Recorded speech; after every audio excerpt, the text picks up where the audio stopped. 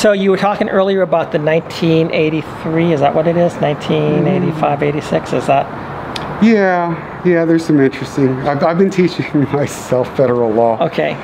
You want to talk about that at all, or? So, U.S. 42, 1983, 85, 86. They both, each of them, it's a different type of federal lawsuit.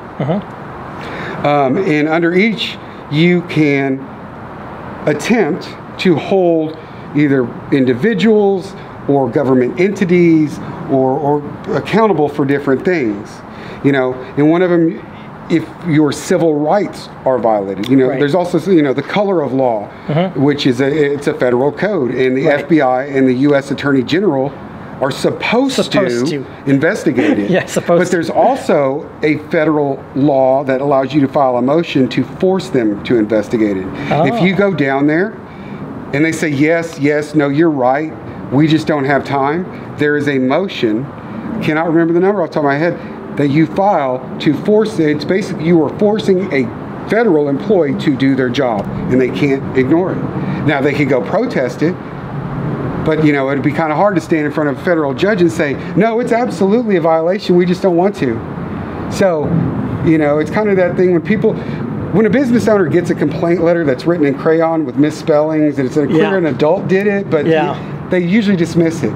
But when they get it and it starts citing city health codes, and in your bathroom on this day it had then they take a little more. And so it's kind of that thing is you have to learn some of the law to be able to drop enough into your letter or your complaint or whatever it is for them to go, they know, because they'll still lie to you and say, no, that's not.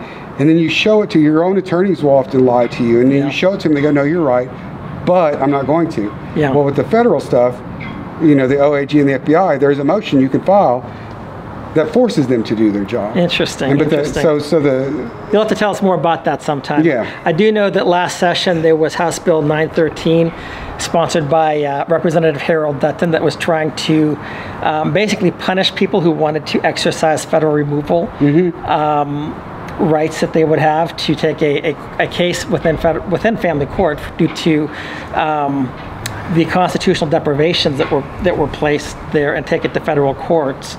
And they tried to quash that, and then basically say that if you do that, you get punished.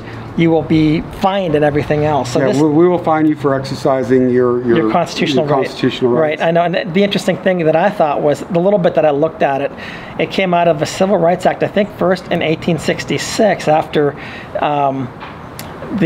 slavery was abolished, because they wanted to make sure that slaves were not going to be treated differently. Now that they're free and the states are going to say, well, screw you, federal government, the slaves would have recourse for that. I think it was also reaffirmed in the Civil Rights Act of 1963-64. So here it's something that's very important, I would think, and yet they're trying to say, no, not you people.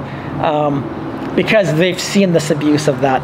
But is that what you're trying to do right now, is to remove everything to a federal court? Is that what I understand you're hearing right now? Yeah, so for people who don't know, I'm actually going into year 3 of a divorce and custody battle. Okay. And one of the great ironies is the courthouse in which I've been going through this, I testify as an expert witness in cases on occasion. Yeah. I'm recognized as... When I'm in that building, there's not a single person in there that knows more about my topics than me. Yeah. And they're probably, honestly, and I'm not just being a braggart, there probably isn't for 20 miles in any direction. Right. Yet when I walk into that courtroom, the things that have occurred have been absolutely antithetical to everything I know that's in the best interest of my child. Not just because I'm biased and I'm his father, but because I know for a fact that you're committing abuse on my child, so I got infuriated. But you're also violating my civil rights, because I've never actually had a real hearing, but I've had multiple judgments. So I have decided to go the federal route. Okay. And with all of those that I've mentioned, I'm going to go for the removal. Oftentimes they're not successful, but it's not always, my understanding is it's not that they're not successful because it's not possible. It's that many of them are not successful because it's so complicated, and so you got to put this word here, and you got to cite this case here, and if you don't, in that that the formula, because there have been successful cases. There have been successful cases of men going to federal court and suing and then not having to pay child support ever again because they were able to figure out the procedures and the laws. So my removal is an attempt to hold Judge Kate Stone and Judge Kenneth Newell. Oh, and I mentioned Kate Stone. Yeah, that's my judge. Okay, well. To hold them accountable for their violations of the U.S. Constitution, the Texas Constitution, our family code, general decency, and basically every ethics code that the judges have to abide by in the state. It's disgusting. I won't go into it. But so yeah, the removal is one, because I'm not a dumb guy, but I'm not a lawyer. But if I can figure out, and that's why I was pondering out loud, if I act in the position of a psychologist as a judge, I believe that could potentially remove my immunity. Right. And if we can find out a way to remove the immunity, one, we can stop the abuses, but we can get these, for lack of a better word, and I say it with a smile face, scumbags off the bench.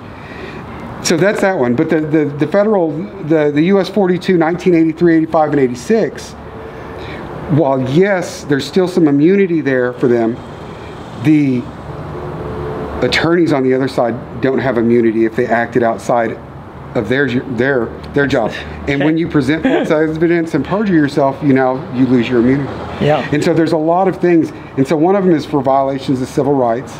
The 1985, I believe, is for actual, basically, criminal conspiracy. Yeah. So anyone who conspired, you're the judge, you've been denying me my rights. This attorney on the other side's been helping you. Yeah. The mother's been filing stuff to help you. Yeah. Say CPS showed up and said, what do you want us to say?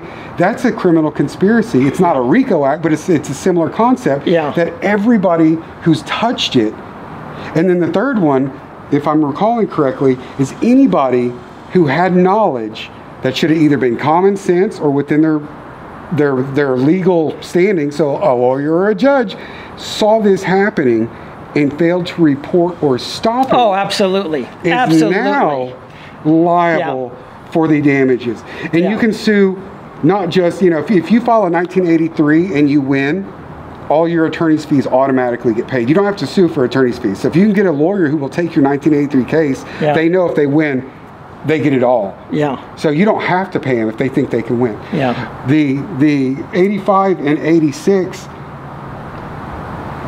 you can get damages for, I lost my job because you brought false CPS charges. This didn't happen to me, but I was a teacher. I got charged. I lost my job. You can sue for future wages and damages. You can sue for mental anguish. I haven't slept for a year and a half because of the stress. I've got this and this and this.